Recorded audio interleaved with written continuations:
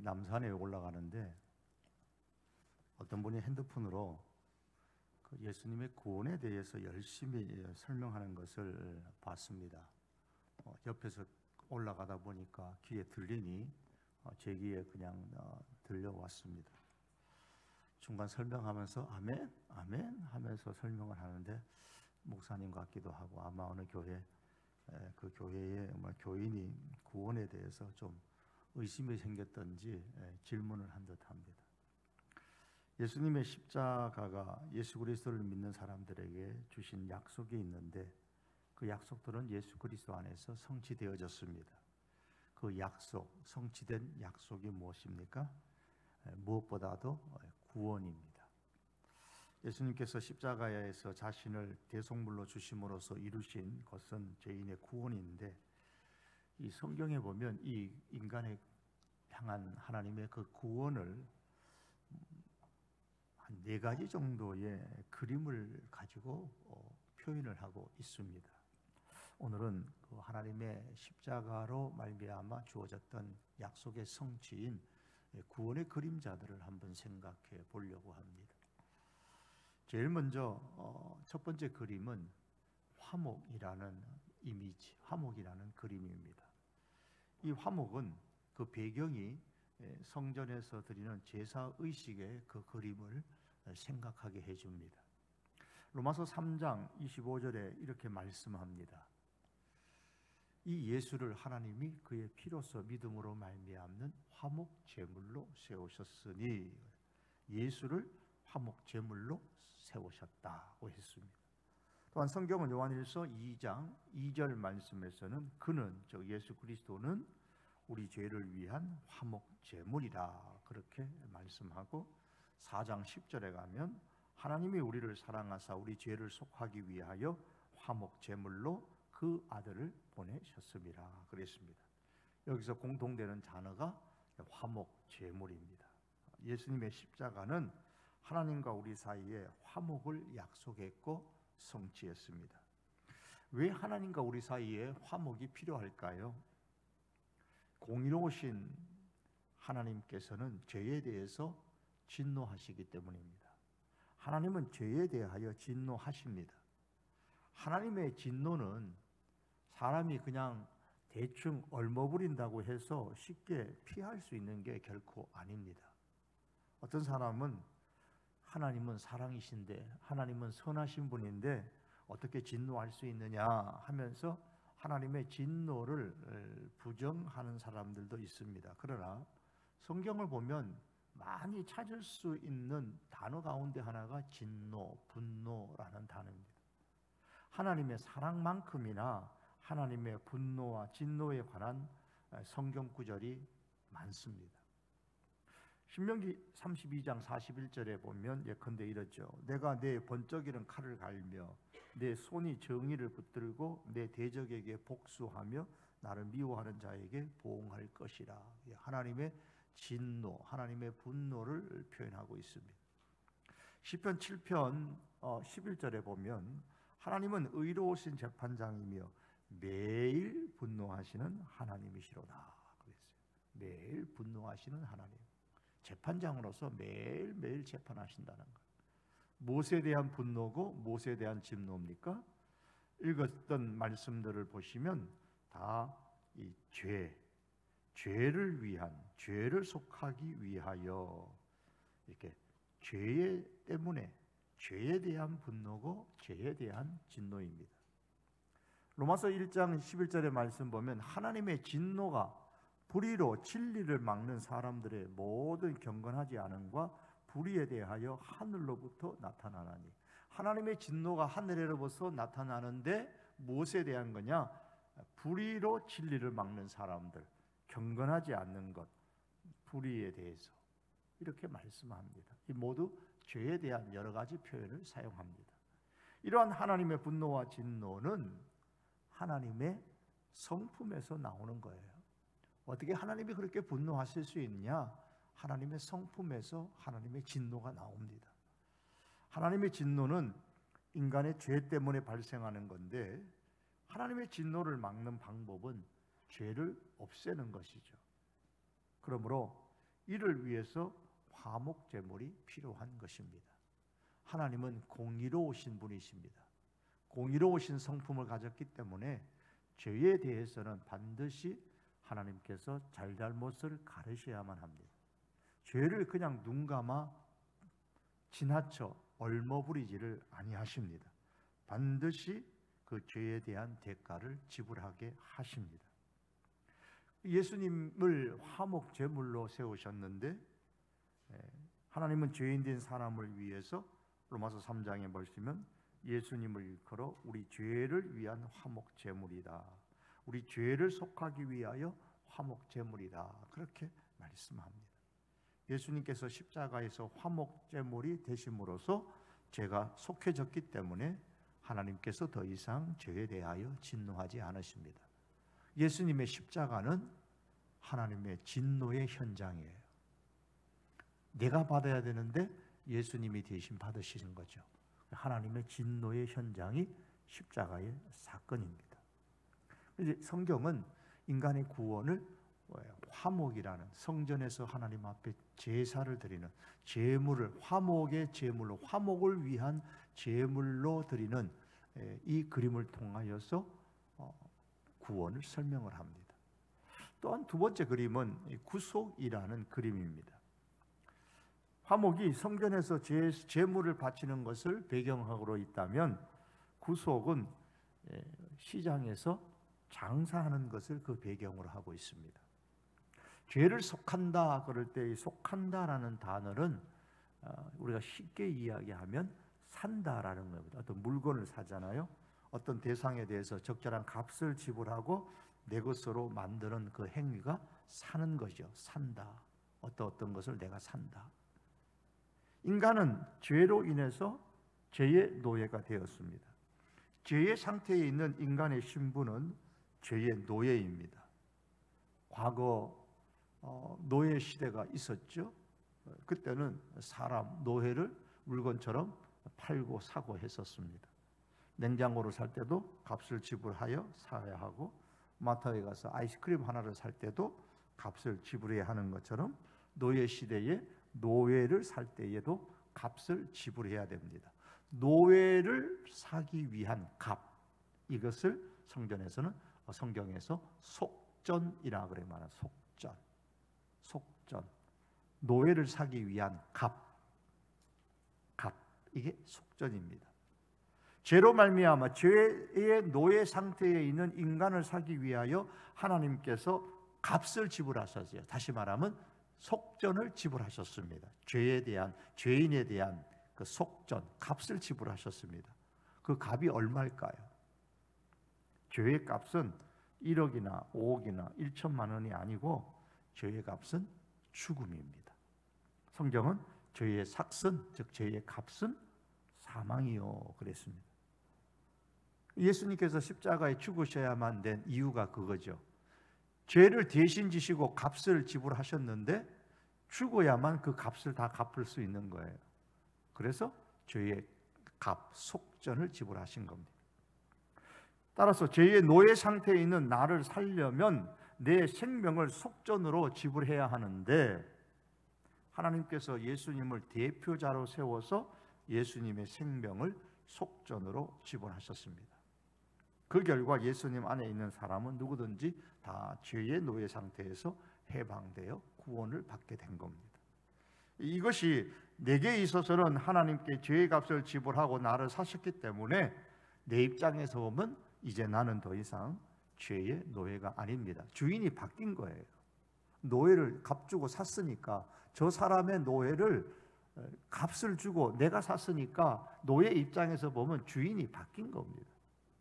죄의 노예 상태에 있는 그 노비 문서가 말살되고 우리 성도는 이제 소속이 하나님께로 옮겨지게 된 것입니다. 이게 구속이에요. 구속.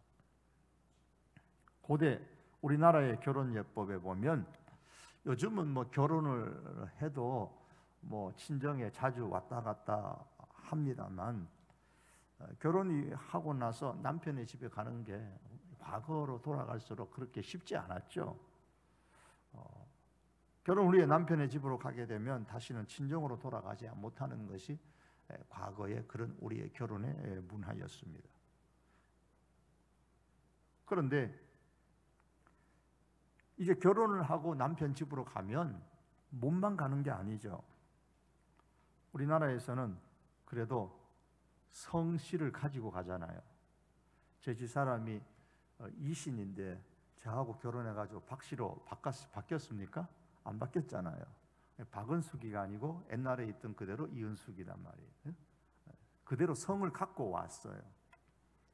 그런데 서양에는 어떻습니까? 미국만 해도 남편 성을 따라가지고 자기 성까지 다 바꾸잖아요. 우리나라는 좀 그래도 나은 편이죠. 지금까지 함께 살고 있었던 그 부모님의 호적에서 어떻게 돼요? 내 이름이 어떻게 됩니까? 결혼해서 남편 집으로 가면 호적이 파요. 호적을 파서 그걸 판다고 그리고 일반적으로 표현을 하는데 그 신부의 이름이 삭제되고 신랑 이름이 있는 호적으로 옮겨지게 되는 겁니다. 우리는 이제 판다고 하지만 이제 짝대기가 거의 있든가 뭐 그저 있겠죠. 하나님께서 예수님의 생명을 속전으로 지불하심으로 말미암아 성도는 모두 다 죄시 집안의 사람이 있는데 죄시 가문에서 살았는데 죄시 가족의 그 가정에서 살았는데 의시 가문으로 의시 집안으로 시집 온 것과 같은 겁니다. 의시 집안을 시집으로 왔어요. 죄시 집안에서 의시 집안으로 시집 온 신부에게는 어떤 결과가 지어주느냐? 그 호적이 죄시 집안에서 다 파여가지고 의시 집안으로 옮겨졌습니다. 더 이상 법적으로 죄시 집안의 사람이 내 집안 식구라고 그렇게 말할 수가 없습니다. 신부는 이제 의시 집안의 사람이 됐습니다.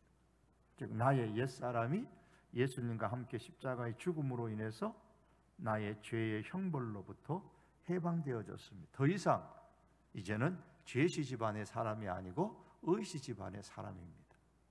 오늘 본문 6절에 보면 우리가 알거니와 우리의 옛사람이 예수와 함께 십자가에 못 박힌 것은 죄의 몸이 죽어 죄의 몸이 이제 완전히 죽었어요. 다시는 죄가 우리의 왕노릇하지 못한다 말은 그 말입니다. 죄의 몸이 죽었다라는 말은 죄가 다시는 우리의 왕노릇하지 죄가 우리의 왕이 되지 못한다라는 말입니다. 그 말은 우리가 죄의 지배를 받지 않는다라는 뜻이기도 합니다. 우리가 이 말씀을 오해하지 말아야 될 것은 우리가 예수님을 믿으면 다시는 죄를 짓지 않는다라는 그런 말씀이 아닙니다. 다시는 죄가 나의 왕이 되지 못한다라는 뜻입니다. 내가 더 이상 죄에게 꼼짝하지 못하는 그런 존재가 아니다라는 말입니다. 예수님을 믿기 전에는 제가 하라고 하면 예 하고 그대로 해야만 했습니다. 할 수밖에 없었습니다. 왜? 죄를 왕으로 섬겼으니까요. 완전히 죄가 나의 왕이고 나는 죄의 노예 상태에 있습니다. 죄가 시키는 대로 꼼짝없이 다 했습니다. 그런데 예수님을 믿고 난 이후에는 어떻습니까? 전에 없던 변화가 조금씩 나타나기 시작합니다. 죄가 전에처럼 나를 지배하려 하고 나의 왕이 되어져서 나를 노예로 삼으려고 할 때 어떻습니까? 내가 어떻게 합니까? 저항을 하게 되더라는 겁니다. 죄가 이것을 해라 저것을 해라 그러면 내 양심에서 말합니다. 나 그거 안 할 거야. 하면 안 되지 라고 말하는 거예요. 전에 없던 변화입니다. 그리고 서서히 제가 시키는 것을 하지 않게 됩니다. 제가 시키는 것을 안 하면 안 될 줄 알았는데 아직 죄의 영향 아래에 놓여서 제가 시키는 대로 할 때도 있지만은 제가 시키는 것을 거부하는 힘이 생기게 된 거예요. 왜? 이제 죄가 나의 왕이 아니기 때문입니다. 이제 더 이상 죄가 나의 절대 왕이 아니라는 말입니다. 하나님께서 예수님의 피로서 즉 생명으로서 속전을 지불하시고 죄의 노예 상태에 있는 우리를 사셨기 때문에 이제 우리는 죄에 속해 있는 죄시 집안의 사람이 아니고 하나님께 속해 있는 하나님 집안의 사람이 됐습니다. 그러므로 이후부터는 어떤 다른 사람이나 다른 어떤 것에서 종노릇할 이유가 없습니다. 이제 성도인 우리는 십자가의 구속으로 하나님의 자녀가 되어졌기 때문에 우리는 이제 하나님을 위한 봉사를 하는 겁니다. 하나님을 위한 봉사는 죄의 상태에서 해방되었다라는 그 참된 자유에 대한 감사의 표현인 겁니다. 우리가 하나님의 교회에서 이런저런 우리가 봉사하고 헌신하고, 이것은 바로 죄의 상태에서 해방되어 자유함을 얻었다, 여기에 대한 감사의 표현인 겁니다. 죄의 노예 상태에 해방되어서 하나님의 자녀가 되었으니 이제부터 하나님의 집에서 하나님의 자녀로서 새로운 생활을 시작하는 겁니다. 그런데 하나님의 자녀로서 새로운 생활을 하려고 할 때에 방해하는 것들이 있습니다. 여러분, 제시 집안에서 의시 집안으로 시집온 신부가 이제 호적까지 파고 왔는데, 법적으로는 그래서 완전히 의시 가문의 집안의 사람이 되었다 하지만, 제시 가문에서, 제시 집안에서 그동안 오랫동안 자라면서 배웠던 행동이나 가치관이나 문화, 습관들이 있잖아요. 그거를 시집 와가지고 신랑 집으로 왔다고 해서 완전히 바뀌어지느냐? 안 바뀌어지잖아요. 그래서 결혼해가지고 마냥 행복할 줄만 알았던 신혼부부가 처음에는 정말 그럴 줄 몰랐느니 하면서 서로 티격태격하는 게, 그동안 살아왔던 그 가치관이나 문화, 행동, 습관들, 몰랐던 것들이 결혼해서 함께 살아가면서 그게 서로 충돌하고 부딪히는 거잖아요. 그런 과정을 이제 다 겪고 나면 이제 서로 적응이 되어 가는 겁니다. 비록 법적으로는 제시 집안에서 의시 집안으로 완전히 옮겨졌어요. 호적이 완전 파져서 왔지만, 그 하나님의 집안의 사람이 되었지만, 그동안 과거에 살아왔던 그 제시 집안에서 갖고 있었던, 배워왔던, 몸에 이렇게 익숙하게 되어졌던 그런 습관들, 행동들, 가치관들, 문화들, 그게 하루아침에 없어지는 게 아니잖아요. 그래서 성도는 예수님으로 말미암아 구원을 받았지만 여전히 우리는 죄로 인하여 그 죽을 몸을 가지고 있기 때문에 죄의 영향을 받게 되는 겁니다. 과거에 있었던 그 죄의 그 행동들, 가치관들, 문화들, 이건 하루아침에 완전히 없어지는 게 아니거든요. 이것을 우리는 이제 성화의 과정으로 가면서 하나씩 하나씩 의시 집안의 사람의 것으로 이제 바꿔가는 겁니다. 의시 집안으로 시집온 사람이 의시 집안과 그 가풍과 모든 의식의 하나하나를 배우고 실천하는 그 과정에서 과거 제시 집안의 가풍과 가치관과 의식을, 이제 습관들을 하나씩 하나씩 버려가야 되는 거죠. 마찬가지로 성도의 삶은 주님 나라 갈 때까지 계속 죄와 대오로서 싸우는 삶을 살아가야 되는 겁니다. 죄의 세력이 나를 점령하지 못하도록 해야 되는 겁니다. 이것을 오늘 성경에서 로마서 6장에서는 이렇게 표현합니다. 6장 13절의 끝에 보면 지체를 불의의 무기로 죄에게 드리지 말아야 된다, 그렇게 말씀합니다. 우리 지체를 의의 무기로 하나님께 드리라. 적극적으로는 내 지체를 의의 무기로 하나님께 드려야 된다. 여기서 지체라는 것은 뭐 손과 발과 뭐 이런 것만 의미하는 건 아니죠. 우리의 가치관, 우리의 행동, 습관, 모든 게 다 포함되는 겁니다. 이것을 이제는 불의의 병 무기로 죄에게 드리지 말아라, 하나님께 드리라 그랬습니다. 드린다라는 말은 마음대로 하라, 그 말입니다. 헌신을 의미하는 거예요. 우리의 삶이 이것입니다. 죄에게 나의 지체를 주어서 죄가 하라는 대로 제 마음대로 하라고 할 것이냐, 아니면 하나님께 내 지체를 드려서 하나님 마음대로 하라고 할 것이냐, 죄에게 헌신할 것이냐, 하나님께 헌신할 것인가, 우리는 날마다 이 선택을 자유롭게 해야만 합니다.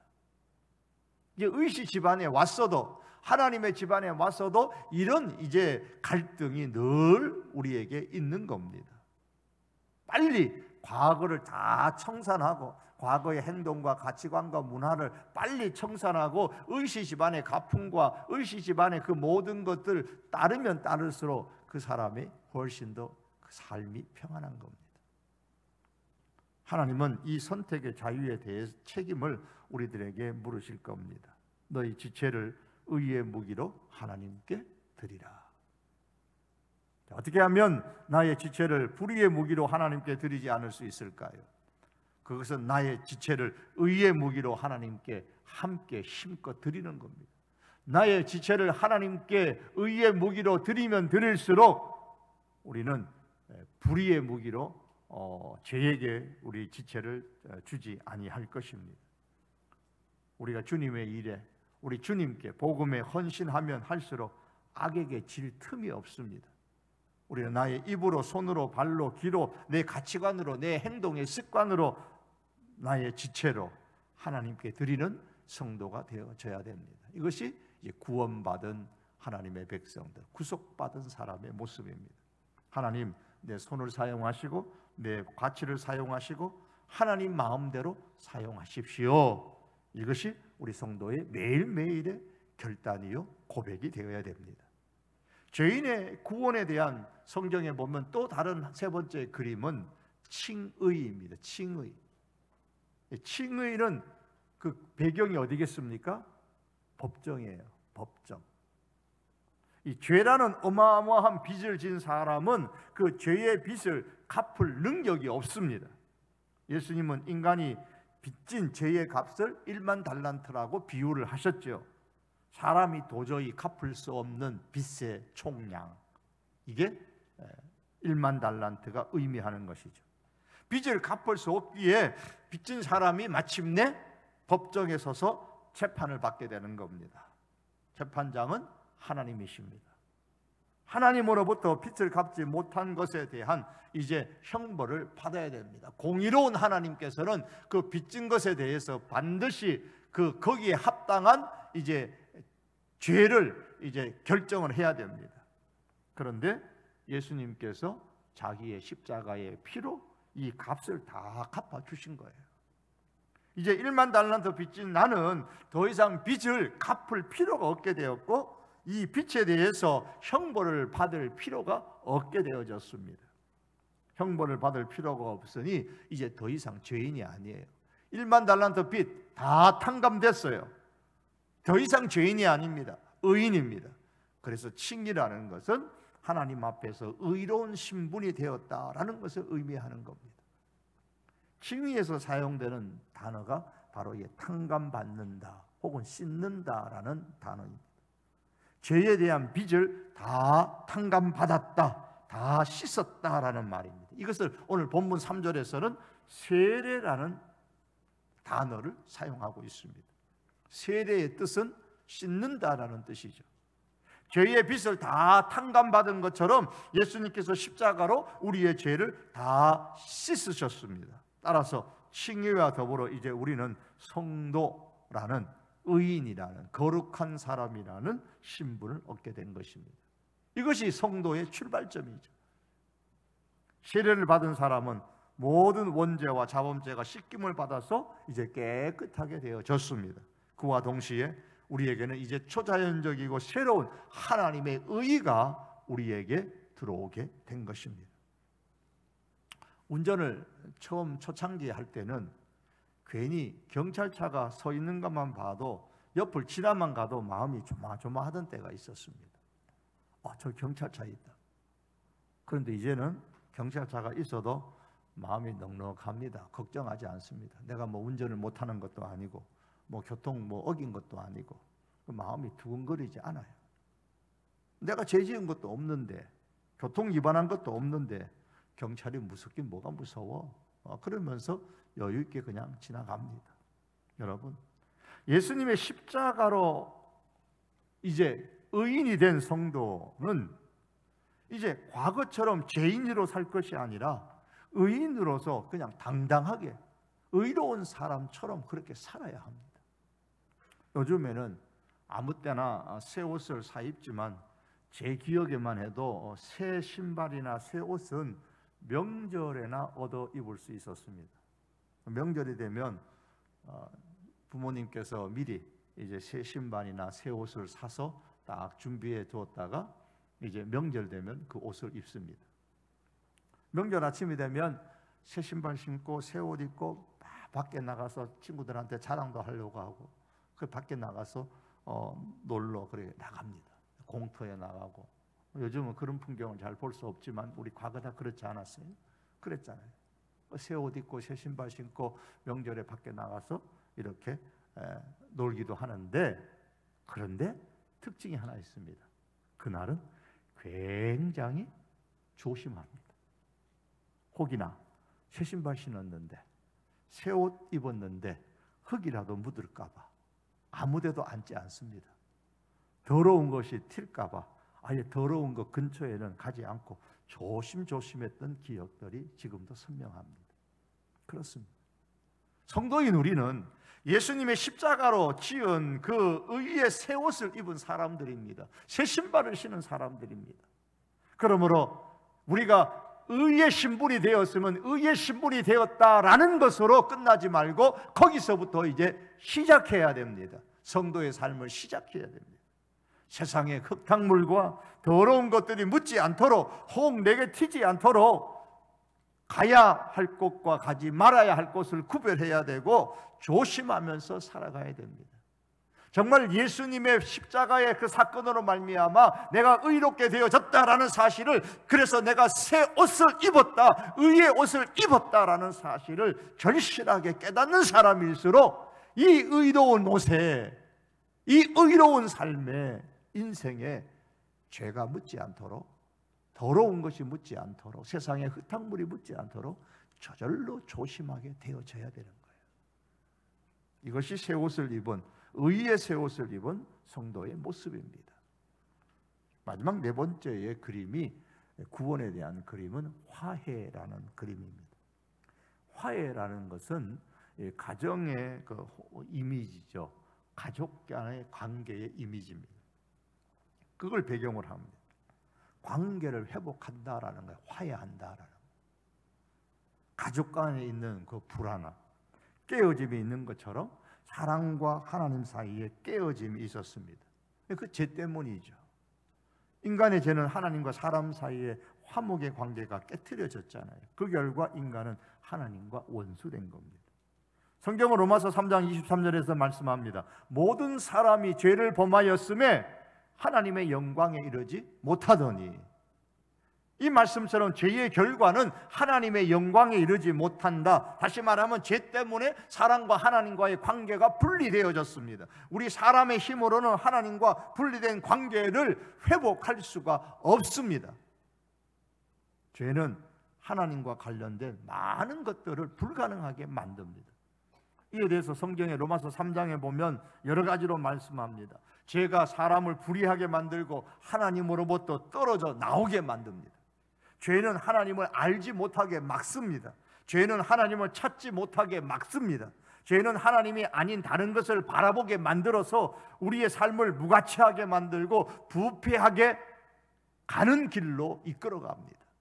죄는 궁극적으로 하나님에 대한 경외심을 잃어버리도록 만듭니다. 인간에 대한 이러한 죄의 그 파괴력, 인간을 파괴하는 이 죄의 파괴력은 하나님과 인간관계를 완전히 깨트려 버렸습니다.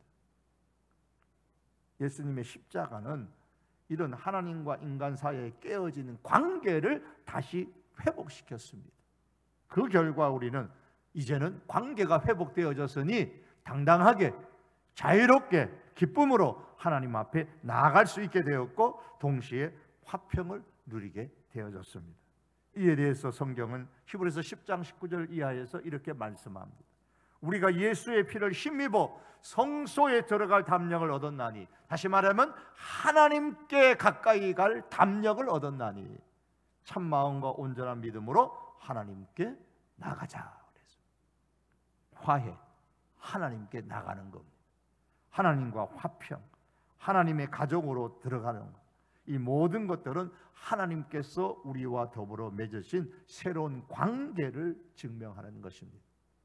그런데 이 화해는 수직적인 측면에만 있는 것이 아니고 수평적인 측면으로 확장되어져 가야 됩니다. 수직적인 측면에서 하나님과 화해를 통해 하나님께 나가고 하나님과 화평을 누리는 사람은 이제 깨어진 사람과의 관계를 회복하기 위하여 깨어진 사람에게로 나아가고 깨어진 사람과 화평을 누리는 삶으로 가야 됩니다. 이에 대해서 에베소서 말씀에는 굉장히 강조합니다. 하나님께서 이 예수님의 십자가의 보혈로 무너뜨린 담을 다시 쌓지 않도록 화해의 관계를 만들라고 말씀하고 있습니다. 그래서 이를 통해서 십자가 공동체라는 새로운 영적인 가족 공동체를 형성하고 십자가 공동체의 한 구성으로서 우리가 활동을 해야 하는 것입니다. 이제 말씀을 맺겠습니다. 예수님의 십자가는 우리 인간에게 구원을 약속하셨습니다. 예수 그리스도 안에 있으면 예수 그리스도를 믿는 사람에게 구원을 약속하셨고 이 약속을 성취하셨습니다. 그리고 성경은 이 십자가의 그 약속한 그 구원, 이 구원을 네 가지의 그림으로 이렇게 설명해 주고 있습니다. 성전의 그림으로서, 또 시장의 그림으로서 구속, 성전의 그림으로서는 화목, 법정의 그림으로서는 칭의, 그리고 가정의 그림으로서는 화해를 말씀하고 있습니다. 화목은 하나님의 진노 아래에 있는 우리의 상태를 보여주고 있는 거예요. 하나님의 진노 아래에 있는 우리 인간의 상태가 얼마나 비참한가, 이것을 보여주는 거예요. 구속은 죄의 노예 상태에 있는 우리의 그 비참한 처지를 강조하고 있습니다. 칭의는 범죄자로 살아가는 인간의 그 불안함과 악함을 강조하고 있고, 화해는 하나님에 대한 인간의 적대감, 하나님으로부터 소외당한 인간의 모습을 강조하고 있습니다. 그것을, 그러한 비참하고 소외당한 그 관계를 예수 그리스도께서 그 십자가의 보혈로 다 회복시키셨습니다. 이것은 하나님께 어떤 하자가 있기 때문에 생겨난 현상이 아니고 인간이 죄로 말미암아 얼마나 큰 하자를 가진 존재인가를 보여주는 거예요. 화목과 구속과 칭의와 화해의 그 이면 속에는 우리 인간이 죄로 말미암아 얼마나 큰 하자가 있는 존재가 되어내는가를 보여주는 거예요. 그런데 화목도 구속도 칭의도 화해도 이 네 가지를 일으키는 것은 인간의 힘이 아니라, 인간의 재주가 아니라 전적으로 하나님이십니다. 하나님께서 화목하게 하시고 구속하시고 칭의해 주시고 화해를 해 주십니다. 그리고 하나님께서 이 모든 것을 예수님의 십자가로 이루셨습니다. 그러므로 사랑하는 성도 여러분, 우리가 매일매일 십자가를 묵상할 때마다, 기도할 때에 예수님의 십자가를 묵상하고 그 십자가를 묵상할 때마다 십자가의 그 은혜, 화목의 은혜, 구속의 은혜, 칭의의 은혜, 화해의 은혜, 이 모든 것을 통한 그 구원의 은혜를 헛되지 않게 살아갈 수 있는 저와 여러분들이 될 수 있기를 주님의 이름으로 축복합니다. 기도하시겠습니다.